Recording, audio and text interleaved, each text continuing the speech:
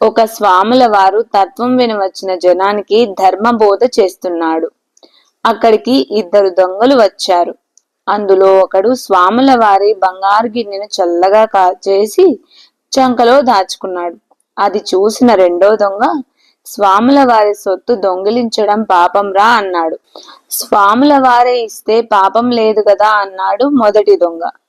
ధర్మబోధ ముగిసి అందరూ వెళ్ళిపోతూ ఉండగా ఆ దొంగ స్వాముల వారి దగ్గరకు పోయి, స్వామి, నేనొక అపచారం చేశాను, ఒక బంగారు గిన్నెని దొంగిలించాను అన్నాడు.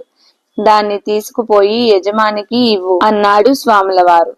మీకే ఇచ్చేస్తాను, పుచ్చుకోండి అన్నాడు దొంగ. నాకు వద్దు, అది ఎవరిదో వారికే ఇయ్యి అన్నాడు స్వాముల వారు.